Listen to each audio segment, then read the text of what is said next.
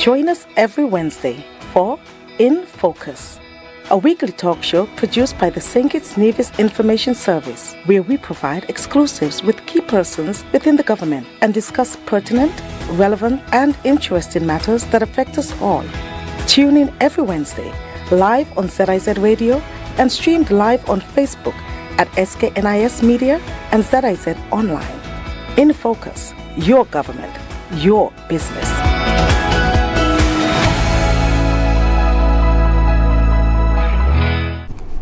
I'm Ian Richards, welcoming you to InFocus, a weekly program that takes a closer look at what's happening within and across the Federation of St. Kitts and Nevis. As St. Kitts and Nevis celebrate families this month, we turn our attention to the strengths, challenges, and evolving realities of the family unit today. From changes in family structures and financial pressures to child protection, foster care, fatherhood, and community support systems, we examine the programs, partnerships, and policies helping to strengthen homes and improve outcomes for children and families across the Federation.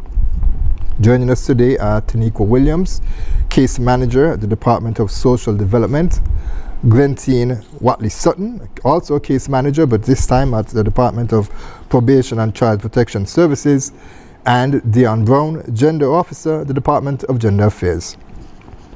Stay with us for InFocus as we spotlight families, inequality, and child well-being. Today is not only a moment of reflection, but it is a moment of resolve.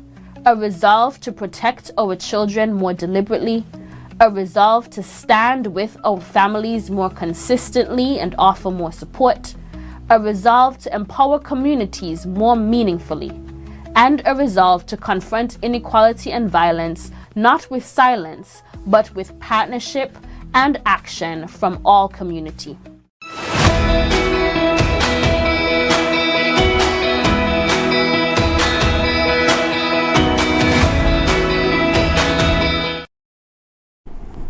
Thanks for staying with us and allow me to welcome back to InFocus Mr. Dion Browne. Mr. Browne, of course, you're no stranger to our audience. It's good to have you back. And for the very first time, we have Ms. Tiniqua Williams. Ms. Williams, good to see you. Thank you. And Ms. Glentine Wattley Sutton, hello to you. Thank you, Mr. Richards. Well, I understand that we have a robust discussion scheduled for this afternoon, so of course we want to jump right into it. And I think we can start with what I established earlier in my intro in terms of International Day of Families. Now, of course, it's observed annually, globally, on May 15th, 2026. And while it is a day that is assigned to it internationally, St. Kitts and Nevis goes all out. We celebrate it for a month. In this case, it's run over into the next month of June. And so let's talk a bit about families here in St. Kitts and Nevis. And we can probably start with you, Ms. Williams. How does the Ministry of Social Development define the term family? And what does the prevailing model or the structure of family look like in our society at this point? Well, at department, the family is basically a unit that supports and trains children into individuals that participate in our society. In terms of the second half of the question, the structure, what does it look like in St. Kitts and Nevis currently? The family, the prevailing family, more so is a single parent household. Unfortunately, in our society, that is the one that is most present and seen. Mm-hmm. There may be a few nuclear families or blended families, but in terms of prevailing, I'll definitely say it's a single parent family. And for those who may not understand, explain what's a nuclear family and a blended as well? The nuclear family is when you have the both parents in the family unit. The blended is when they may have grandparents as well, maybe cousins and aunts, mm-hmm. As well in the family. Right. Okay. And how has that structure compared to that of, say, 25 years ago? Is it the same thing that we're seeing? Pretty much. Yes, pretty much. that's the same structure that we've seen throughout. That's the one that has been prevailing for the most part throughout. Okay. And what factors would you say influence the current dynamic family makeup? And there are a number of factors to consider because, of course, St. Kitts and Nevis is fast becoming a melting pot. We see persons from different nationalities here in St. Kitts and Nevis who have established themselves and leading productive lives. What factors influence the current makeup of our society? Because one would think that there will be some changes with the migration structure, persons coming in with their new culture, with their own belief systems. Some of the factors that influence that may be the education on the topic of family and even the family planning, having the males being absent for various reasons, them not seeing it fit to be a part of these families for whatever reasons they may come up with. Those are some factors that influence the present structure of the families that we see. All right, I would also like to add, Mr. Richards, that one of the stressors that we often see within our department as we work with families in crisis or vulnerable families is the struggles with financing and having that support. I know Ms. Williams spoke about the single parent household being predominant part of our society still. And 25 years ago, I would say, because when we have to provide interventions for vulnerable families and children regarding reports of abuse, we often ask about the extended family. So 25 years ago, there was an extended family. There was a grandmother, there was an aunt, there was an uncle. Now it seems as though we're drifting further away from, oh, that's so-and-so child. Yes, it's my grandchild, because even when we do call up, when we have to say remove and need a safe space out of the home, the biological home, we often don't get the yes please, it's my grandchild, it's my niece, it's my nephew. So I think as a society we're moving away from that. It takes a village and everybody is responsible for the child. Why do you think that is? What's this causing the shift? Most of the times when I get that from, say, a community member, I often remind them that even though it's not your child, whatever, say, delinquent behavior you saw that child being involved in, that child tomorrow becomes an adult. And that delinquency graduates to criminal behavior, and you're a part of society, so it's going to impact you. There's a lot of deterrence around, oh, not me. You know, Miss Williams would cut me off, main into that, let me keep out. But you need to, I've often said to persons, stand up for what you know is right. You know, she leaving 9 o'clock every night and coming back 6 o'clock, and she has 3-4 children in there is wrong. Anything happens, children don't respond the same way adult does. Speak up for what you know is right. And if it comes with a backlash, because in the end of the day, you should feel good that you did something to help children in need.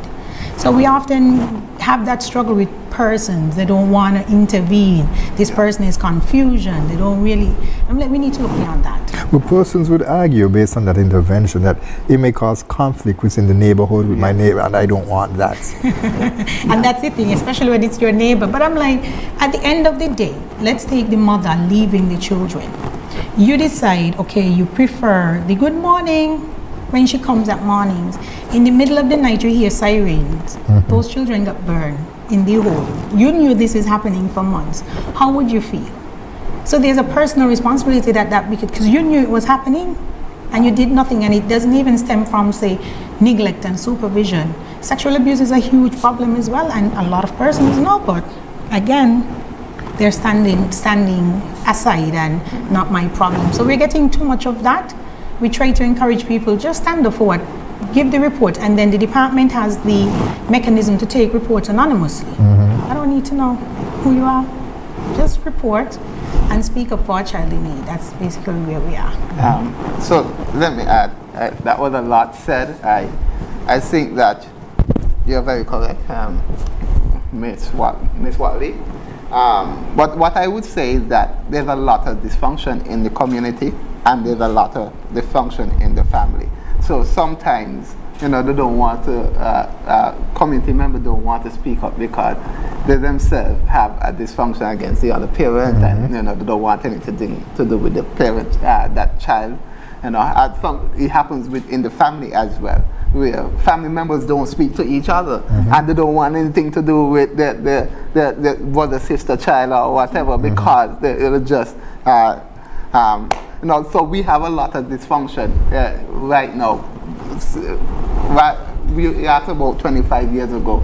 25 years ago, whether a community member and your mother fell out, that community member was still able to correct that child, and the mother would make sure, even though they had a little conflict, the mother would make sure that that child respect the community member, right? But now the children not even respecting basic elders now, right? The parents, and much less the community member, so I think that a lot has changed, and I would attribute it to partly of the age of social media, and so on. A lot has changed in social media, and then there's a lot of peer pressure, and so there are a lot of factors involved.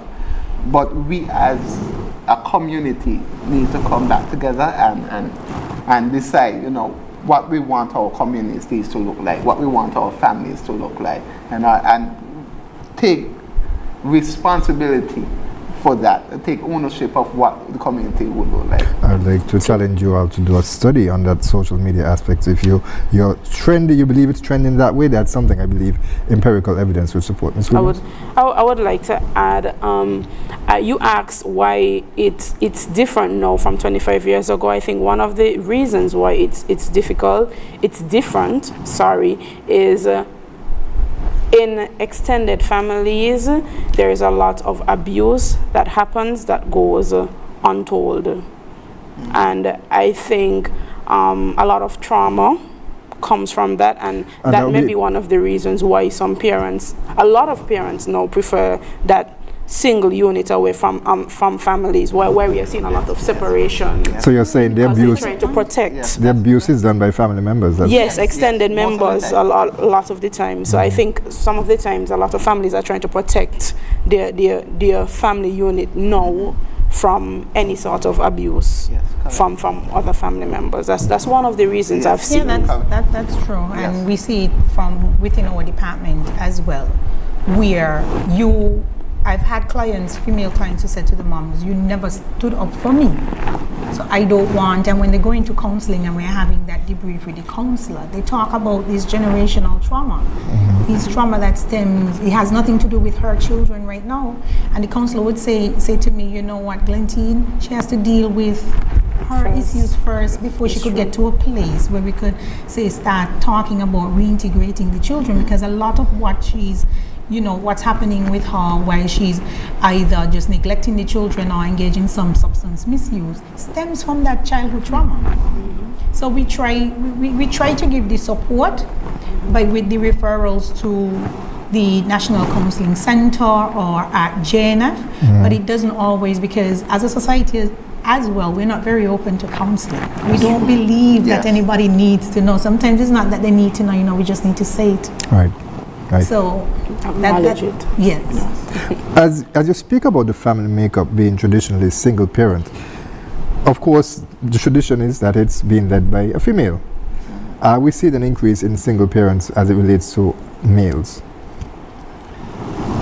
I think it's difficult to tell if we've seen an increase, because first of all, we don't really collect stats in terms of the male single-headed household.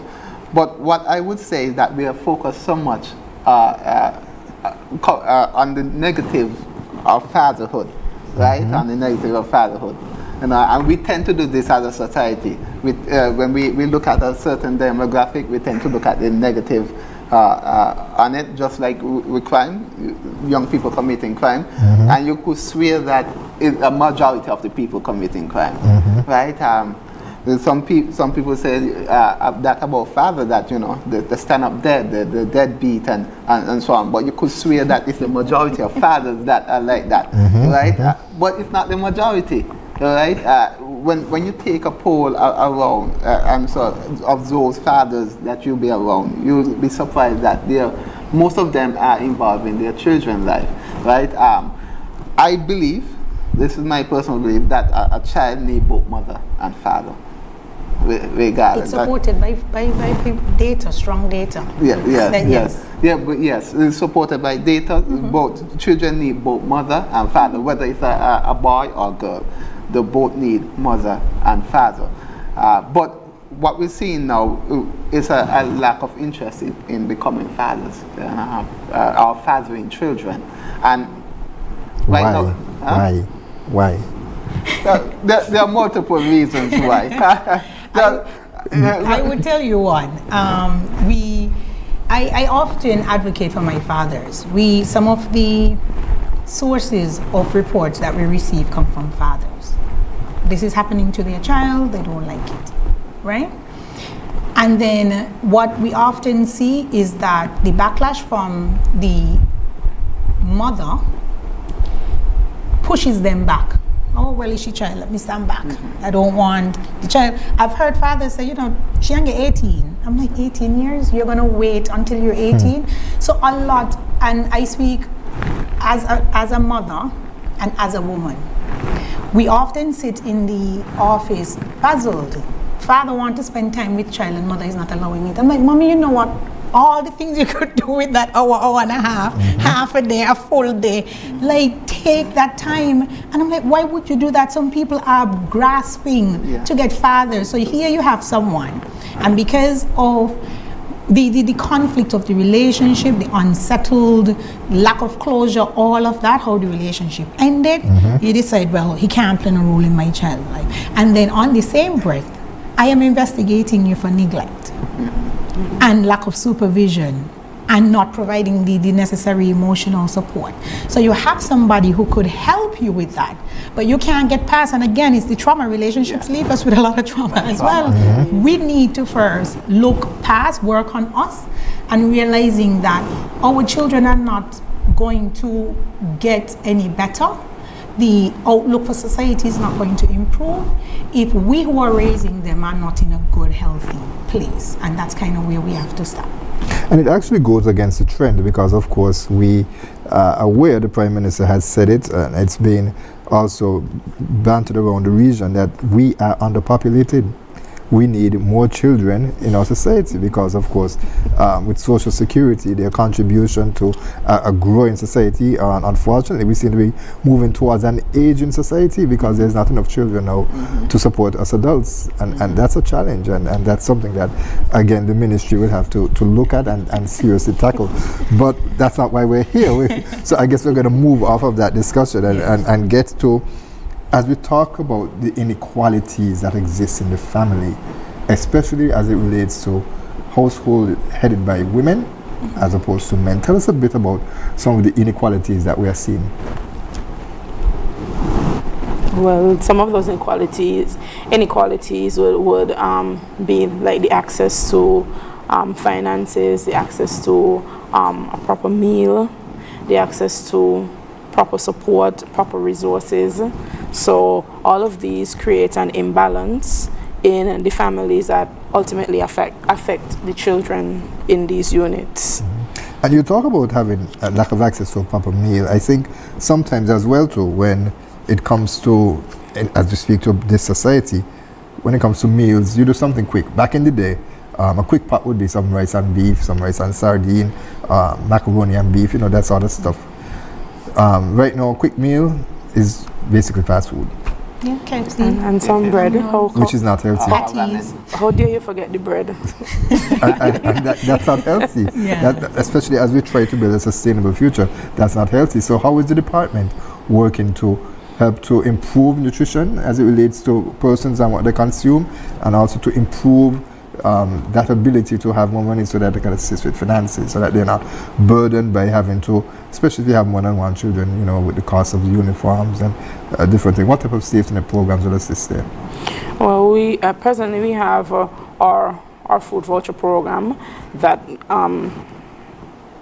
gives a little help in terms of and access to a little more food that may help to get a healthier meal. That's one of the things we support families with. We also, out of the department, we have the food, not the food, the monetary assistance, where families are given the amount of cash to help them sustain their livelihoods, which would also impact their children. So we have other assistances at the department, including that of the medical assistance, the school uniform assistance for parents who really can't afford to, they want their children to learn, but they can't afford to give them everything that they need to be comfortable to learn. And we help them with the uniform that oftentimes includes a backpack with books, pens, pencils, and that sort. Those are some of the things that we have to support families.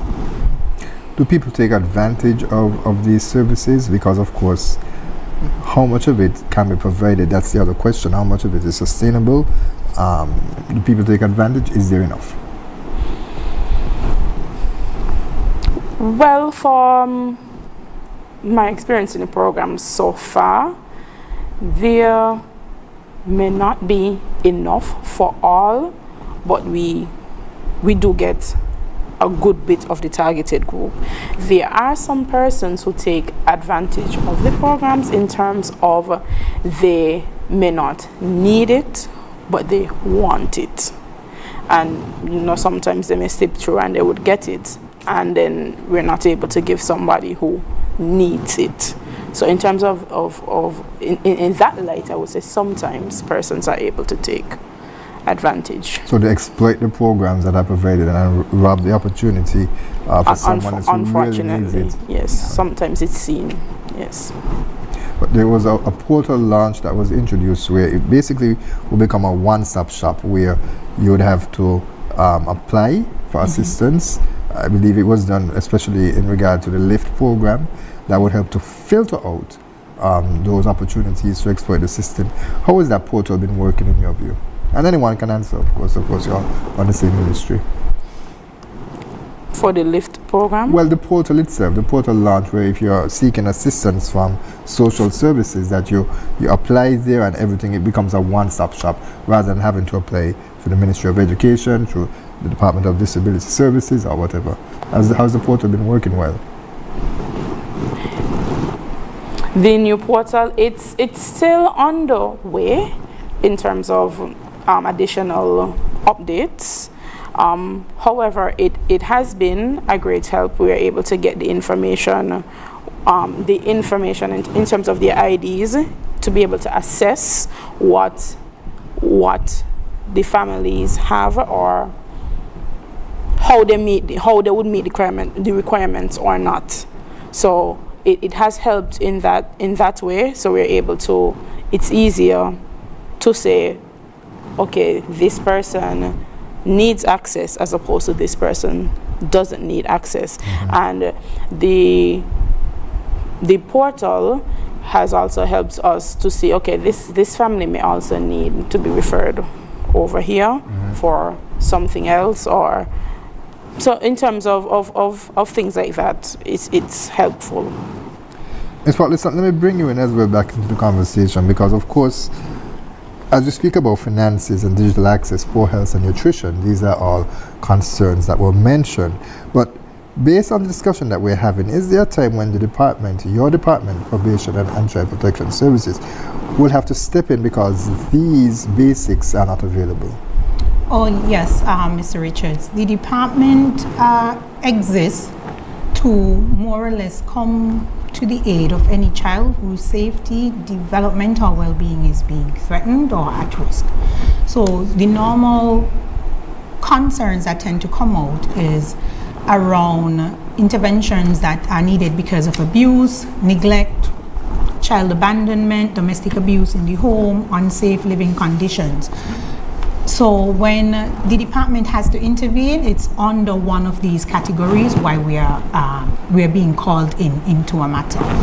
The work that we do is often guided by, say, child safety assessments, because the department like to address, and in providing any intervention whatsoever, we think about what is best for this child. So the best interest of the child is paramount when we're doing any sort of intervention. What would work best for this child? Not the parents, half the time they think it's them, but the children. So when we get reports of children being at risk to be abused, exploited, that is when we really step in and we said, okay, because the department exists to be a voice and an advocate for children, especially vulnerable ones. How often? Because of course, as you mentioned, the abuse, we all know, we hear these things, as you mentioned, that's fairly common in society, in all society, of course. But how often is poverty-related impact the cause of this family separation? I was thinking about that while I prepare for this discussion, and I had to think back because it does play a role. We do removals, we do step in when a family is unable to provide. But when we come across those parents who are more than willing, they admit that they're falling short, those are the ones that we could really help. So we put interventions and measures in place. I mean, Ms. Williams spoke about the food assistance program. We sit down with them. This is the situation. We understand you're unemployed. What can we do to assist over the next 3 months? And so you would find when it's a poverty-related issue, we tend to work better because parents, they do come on and they do understand and they have the best interests of their children at heart. So they're the easiest ones to work with. I mean, I've come across some proud poors and we go like, help me here. I'm trying to help you. Like, how can we get around? You don't want to go up there and register. Also, even sometimes we do emails because they don't want to go and sit down with somebody and have to admit again that, yes, I only have cornflakes home in my cupboard. So we do, after we meet with them, we try not to put them through that again, that uncomfortable position. So a lot of the information that Tiniqua's department needs, we are aware. So we would sit there with them and be like, well, send me this, send me that, send me, and then we'll send the email on their behalf and ask for consideration in this. I mean, we do have a PS that exists with the open door policy. So sometimes we come across these matters and be like, PS, what can we do? What can I offer? How can I? Because it's tough removing a child or children from a home. And sometimes people think the state wants it, but we don't. If the child could stay with their biological family, we really prefer that. The abuse removals are those when we have to step in because of abuse and neglect. Abuse and sexual exploitation, those parents are the ones where we have to be like, okay, let's work on the child out here. And because half the times they don't admit to anything, it's not happening. So what I want to basically say is that when we have families that are facing struggles because of poverty, those are the ones that the department find it easiest to work with. You have to, in order to recover from alcohol, admit that you're an alcoholic. And we don't get that, because I had a mother tell me recently, I don't know what your problem is, you want to do anything, all I do is drink. And I'm like, it's not the drinking, you know, mommy, it's really not the drinking, it's what happens after the drinking. So she, to this point, she doesn't see anything wrong, but she doesn't see her parental capacity being diminished every time she stays by the shop and drink. You can't go home and look after 4 children.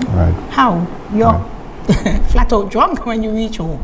So that's the admittance is important as well. Right, of course. And it's the bottom of the hour, so we're going to have to take a break right now. But when we come back, Mr. Browne, I do want to engage you on a new campaign that you have to try to encourage men to play a much, well, I should say fathers, not just men, to play a more active role in their children's life. And so we'll talk about that when we come back from the break.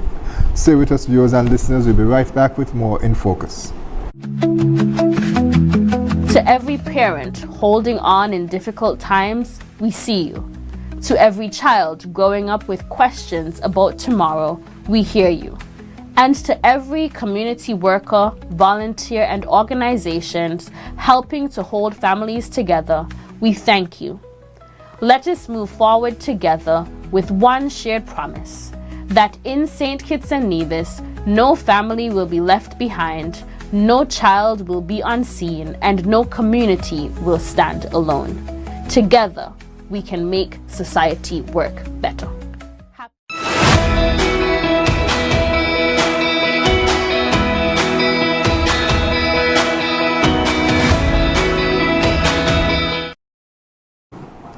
Welcome back to InFocus. We continue our discussion with officials from the Department of, well, should I say the Ministry of Social Development, and there are a number of departments represented here. Today we have from the Department of Social Development, Mrs.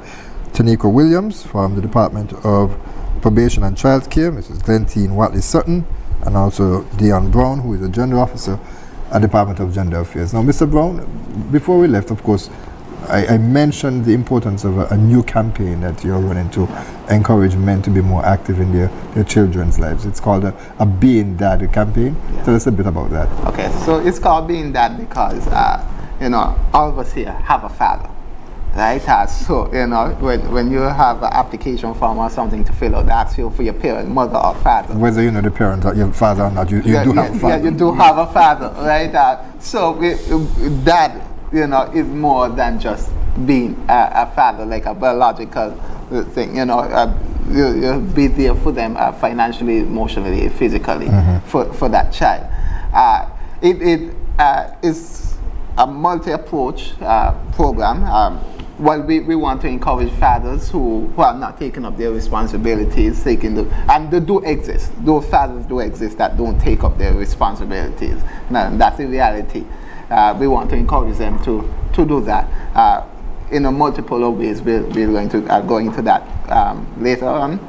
But also, for those fathers who are taking up the responsibility serious, right? We also want to focus on them because we don't feel like they have been focused enough on. Our fathers, they come and so on, and it's really dry. Mother's Day is a big thing day, right? But we don't focus on those fathers who really are, shining, taking the children to school, and being single fathers who are doing co-parenting. I think we have a problem with co-parenting in St. Kitts and Nevis, right? But there are some examples where we say father and mother co-parenting really well. They're not in a relationship and anything. They're not living together, but they're co-parenting that child. And we want to shine a light on those examples, hoping that it would encourage those who are not taking up the responsibility. Also, we also, like I said, we will also want to kind of work with the society and shift attitudes in terms of how they portray fatherhood. Right? We portray as a society fatherhood as a negative, in a negative light. So sometimes when I look around and I feel like the society is not for fathers. We are harsh. We beat down on fathers a lot, right? So that's it. For the campaign, of course, we'll engage social development and probation. Child protection services for the campaign, because we want at some point for the children and the mother to be involved, mothers to be involved, so we can, at the end of this, it's all about stronger families, stronger community, and a stronger St. Kitts and Nevis. So we're going to have a lot of different activities. Some of the activities we're going to have, we're not going to have any seminars, conferences, because men not really into those kind of things, right? But we're going to have a series of mix and mingles. Of course, they will have some sessions to teach men about their legal rights and responsibility fathers, because some don't know about the legal rights and the responsibilities. And there are some questions floating around, a question that is floating around: do we think that DNA test or paternity test should be done at birth of the child? Right? So once that man is determined that they're father of the child, we can hold them responsible as the state until that child is 18 years old, right? You're responsible for this child. We don't want any. Like I said before, that I believe, and statistics have shown that when both mother and father is in the household, the child have a better outcome. They become well-rounded adult, right? Productive adults. So this campaign really, like I said, we have mix and mingles. We're going to do something like a back crawl, but we're calling it a daddy crawl, right? Because you see fathers that the bad, those, you know, the bad, that engage them, you know. We have something like a barbershop talk, you know, we call it the barber's chair, where you know, when men gather in the barber, you know, they speak a lot. So it's really about, you know, letting society know that father is a part of the family. Father is human, daddy is human, and daddy have feelings too, because sometimes we don't think about the pressures that men and fathers go through on a daily basis, right? So they are human too, and we need to start to seeing that fathers are not just an addendum to the family, but they are an original part of the family. They two had to come together to make the child. Yes, absolutely. And of course, having a male and a female in the home, a dad and a mom, that's a biblical precept. You mentioned that it's a personal belief, but it's established in the Bible from the very beginning, that is the model that God has created for us. Let me come to you, Ms. Wattley Sutton, because as it relates to having that peaceful environment in the home, that's very important. If a parent cannot offer that environment, it's necessary to move the child out, as you would have established earlier.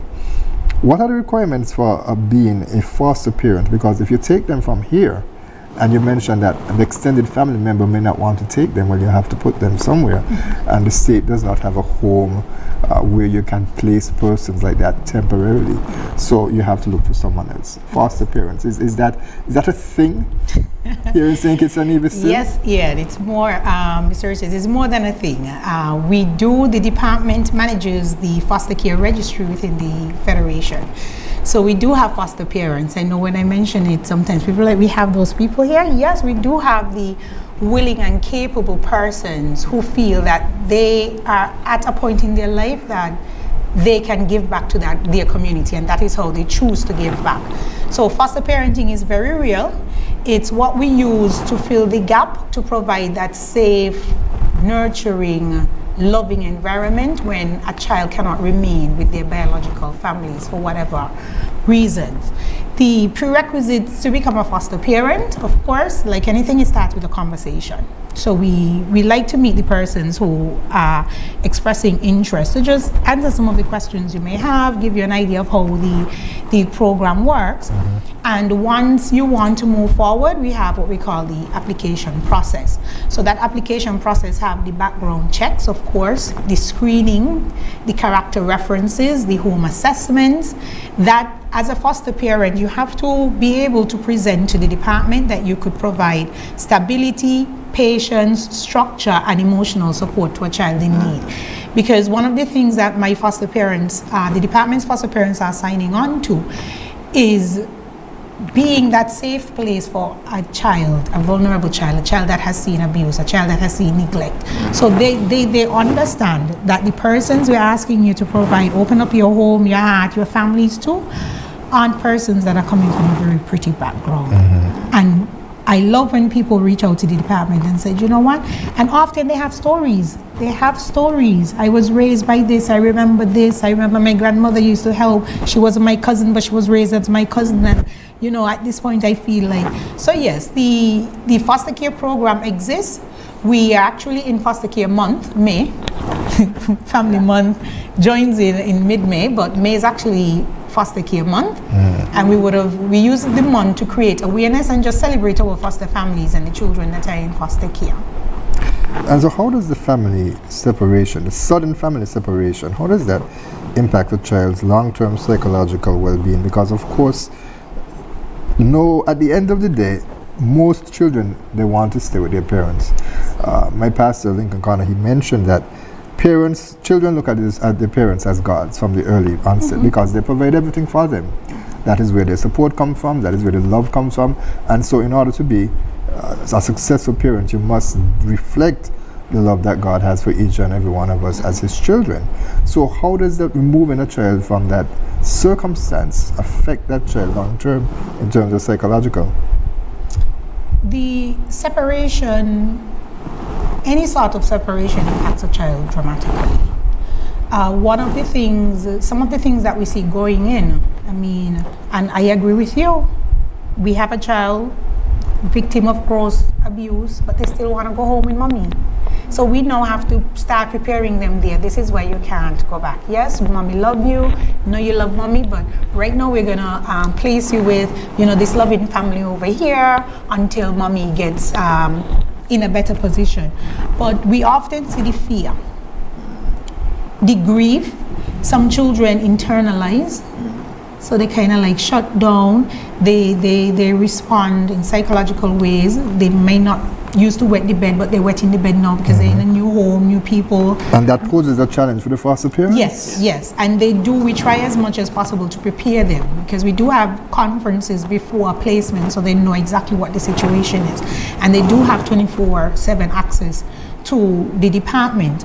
But the sense of abandonment, even though the department is the one that came in and said to the mom, the children have to be removed, the children still feel like their parents abandoned them. And especially, I've been working with some children in care recently, and as they get older, teenagers, they're recognizing that mommy is she's not presenting, daddy is not presenting. So that sense of abandonment deepens, because mommy, if all you have to do is get a job and find a nice place for us to stay. Why you don't want me back, you don't want us back, that is how they're feeling. But a lot of the long-term effects, we look at, say, the depression, attachment difficulties. All foster placements aren't successful. We aim for success. We throw the department and its resources behind that placement, but sometimes the issues get too much for the foster parent.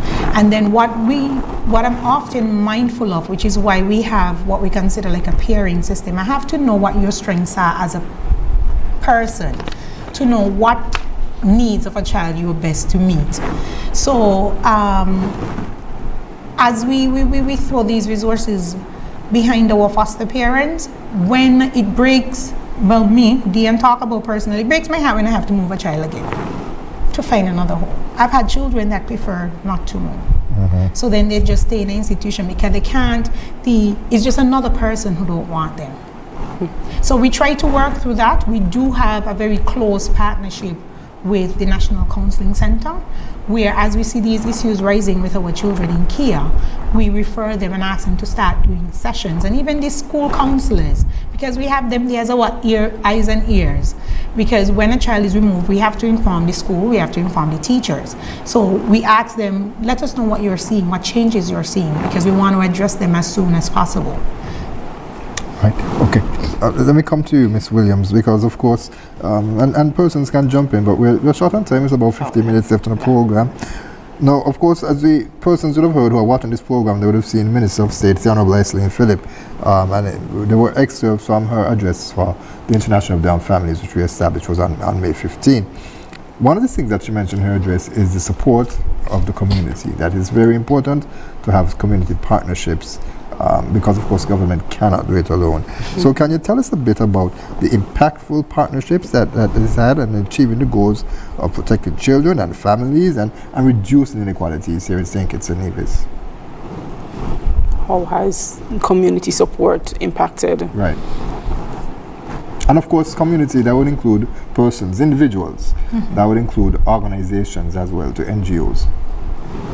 Okay, so the community support would impact families and children by making available resources that originally were not there.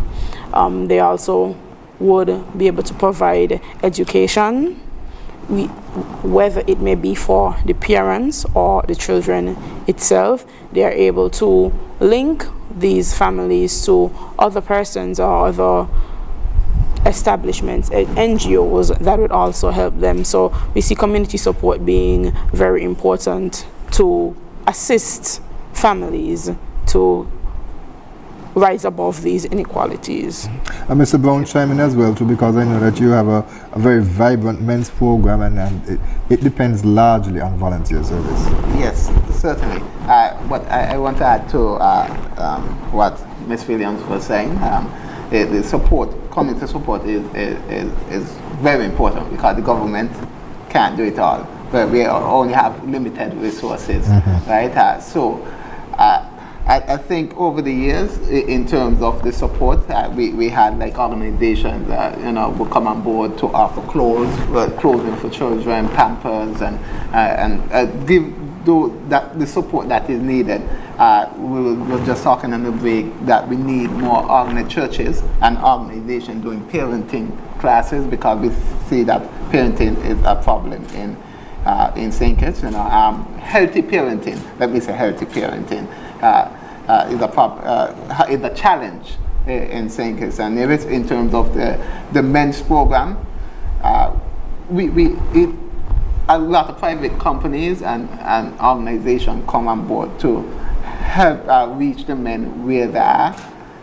Right now, I think most of the financial resources and so that I will get is from the private donors and so on. But we do the communities. I think the community are trying. The communities are trying with what they have. Right now, and sometimes they do need also government support. Some of these community organizations do need government support. It may not be financial support, but technical support, like how to write a proposal and so on. So I think it's very important that the community organization and community individuals, community private institutions work with government, because we are all trying to work to the same goal: a safer, a better, safer, and a more inclusive St. Kitts and Nevis. And so, what would you say essentially then does the department do in terms of, and specifically your department, the work to encourage a shift towards shared caregiving as a tool to fight family inequality? Because you're going to speak about persons or agencies doing more. How is the department working to encourage that shift? Well, right now, that's why that campaign also is taking place, because we want to reimagine fatherhood. We see fatherhood as just a father as a disciplinarian and a protector, but we also want to see father as a caregiver as well. So we long gone are the days that where mothers are just the ones that do the caregiving, right? We modern their fatherhood. Fathers want. There are some fathers who really want to be in the life of their children. Right? They want to change their Pampers. They want feeding the baby, the child, and everything. So, but unfortunately, we need systems in place to support fathers in order for us to do that effectively, for the ones who are really taking up those responsibilities. Right? One of the things is that we are advocating for is a paternity leave. Right now, we in the public service have a paternity leave for 5 days. Right, but you have to work for 2 years, and then you have to be married for 5 years in order to get 5 days, to apply for 5 days, right? So it causes there are certain barriers in terms of really being a part of fathers, men trying to be a part of the family. Like I said before, sometimes we see fathers as an addendum to the family, not as an essential part of the family, right? And I think that is really to shift the mindset and attitudes in society toward fatherhood, and to really see that father can also be a caregiver. just as he is the protector and the disciplinarian, he also can be do the caregiving as well. Let me just highlight some of the activities that you have mentioned under, and you touched on some earlier, and as a part of this Being There campaign. And I'll go to the more interactive one because you mentioned a mix and mingle. Okay, fine.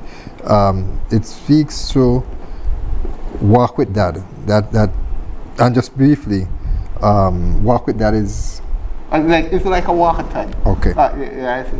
So it's about fathers being active with their children. So we're going to go through the children to encourage their fathers to come out. So they walk with Dad, and they literally walk with the father to walk with their father, the dad, right? So it's being healthy together, right? And also we say in the colonial language that killing two birds with one stone. So while we focus on the healthy lifestyle of the family, we also focus on fathers spending time with their children. You also mentioned the daddy crawl, which you touched on earlier in terms of going to the different bars. That's where the men are. It has the barber's chair, barbershop talk. Yeah. Again, going to where men are. And so the question is that I would, and chit chat with that as well too. It's a community discussion series under the Being There campaign. And that speaks to what exactly? The chit chat with that?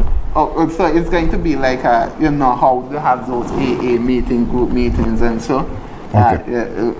And AA, of course, would be Alcoholics Anonymous. Yes, so you're talking about a private session where there's a field space, a safe space. Okay. Yeah, How do you intend to get men to speak? How do you intend to get men mobilized? Because it's all well and good to have these things here, but the engagement is what would be measuring that success. So we're going to work through different number of partners to do that. That's why we see multiple approaches there. For example, the daddy quad. We work with the bars and the restaurants, and we show up and engage the men that are there. Off guard. Some person may say I'm being ambushed. I have nothing to say. Well, if they don't want to participate, that's up to them. But there will be some that want to participate. Or the barber's chair. We organize with the different barber shops in different communities, of course. So we can have that. Although we have like men's group in different communities, right? I know St. Peter's had one. We have the National Men's Council, and there is informal fathers group in Sandy Point. That they came off of their own and they decided they want have a bunch of fathers in Sandy Point, and they came up in Sadler's primary school does do something for fathers. So we work with the Ministry of Education as well, going to the preschool, the primary schools, and so on. So it's a multiple approach. Of course, we will not be able to reach everyone, but as much as possible, reach as much fathers, as much men as possible. Right, so we're not just trying one thing. One of the things that just came up the other day that we are going to do is we're going to have a podcast with Perspective Media and so on. So we're going to work through popular social media personalities and so see if we can reach that audience. Right, we're going to do social media, traditional media. We are here right now. We're going to be on the streets. Word on the street. We're going to be doing safe spaces for men at the bars, at the bus stops, at the barber shops. So we try as much as possible. Of course, I know what you're asking. It's hard to get men to come out, right? But we are trying a different approach this year in terms of we're having the seminars and the workshops and the conferences. Right. Yeah. But of course, there's still space for that because, of course, as you mentioned, there are rights that fathers have that they need to be aware of, and how they can be held accountable. But we're going to put it into like the mix and mingle. So we have like a 20, 25, 30 minute session on the father rights and responsibility, and we go into this because they get what they want and we get what we want, and everybody happy. Yes, what I actually was just going to say, however, is that I think as you talk about the barbershop talk, I think that would be a good setting for our podcast, and that's something that you can explore with the persons who are cooperating, partnering in this initiative. But I think that is something that we are familiar with, and we see a lot of men engaging each other in different conversations. Some more productive than others, really and truly, but I think that would help to encourage that open discussion as well too. Ms. Williams, let me bring you in now, and not Williams, I'm sorry, Ms. Wattley Sutton, to talk about, because as we speak about placing families in foster care, and in the interest of time, we don't just necessarily want to look at the separation aspect of it. We want to look at the reunification of it. Are there cases where persons are successfully reintegrated into their family structures, and that the family essentially has become a successful model unit? How much of that do we see? Mr. Richards, unfortunately, our reunification rate is very low. And it stems not from the department's willingness or the state's willingness to work with this family to encourage reuniting a parent and a child together. It stems from that parent's unwillingness to participate. Because sometimes the wrong didn't even start with the department. They feel like they were wrong. We talked about the traumas. So we have a very limited amount of parents who are working along the steps that we require. So the reintegration rate is very low. We've had some successful reintegrations, of course, but not as much as we would like. So we find, and then what we are seeing is the trend. We remove 2 of your children, and then next year I'm getting a call. Do you know Miss Williams is pregnant again? So you didn't even get the chance, you didn't even take the time to work on your issues so that we could bring these 2 back home.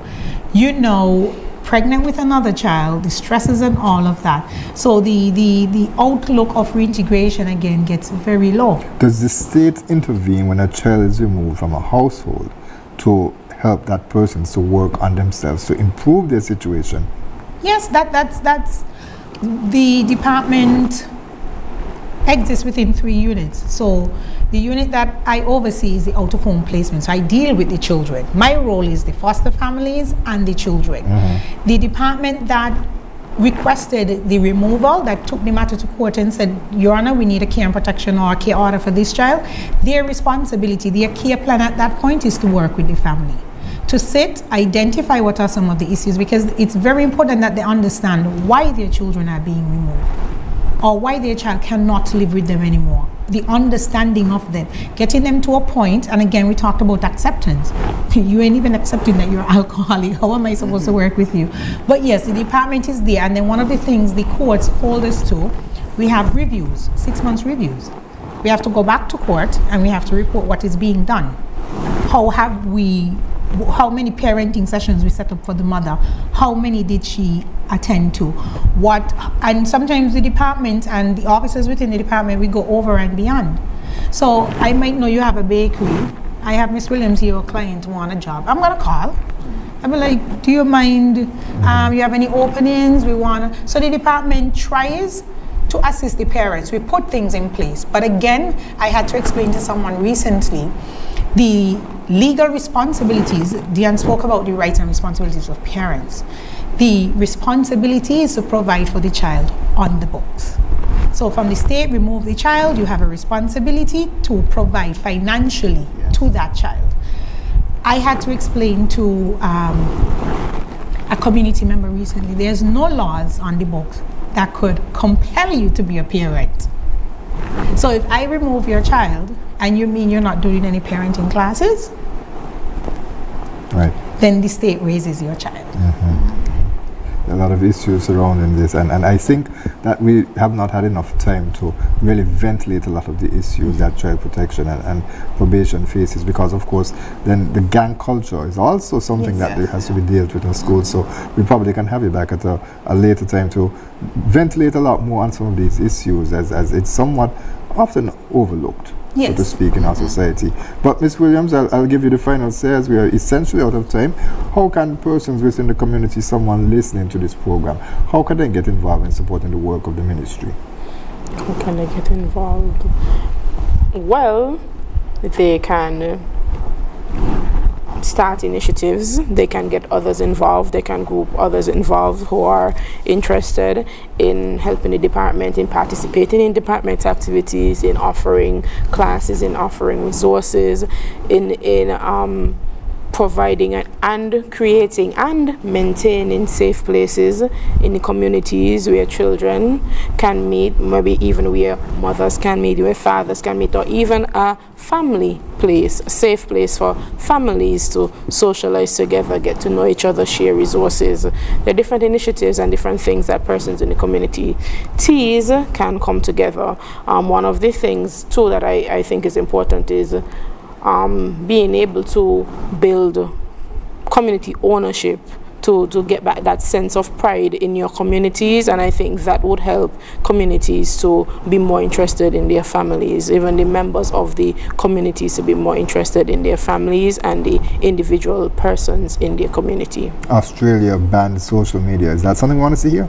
Don't answer. Save it for the next time we have our program. All right, so we'd like to thank you so much for being with us. As mentioned, we didn't have enough time to ventilate some of the issues, but we certainly are open to having discussions in the future. For persons who would want to volunteer, how do they get in contact with the department?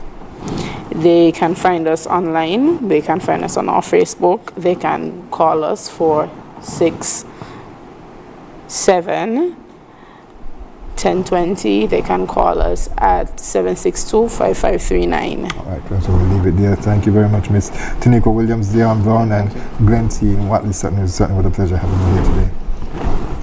We'd like to thank you, viewers and listeners, for joining us for this edition of InFocus. We trust that you will join us next week at the same place at the same time for another edition. We actually will be speaking with some officials from UNESCO. The regional director will be here and share a bit about the work that UNESCO is doing to support our development here in St. Kitts and Nevis as we transition to a sustainable island state. For now, remember, you're watching InFocus, where we discuss your government, your business. I'm Ian Richards.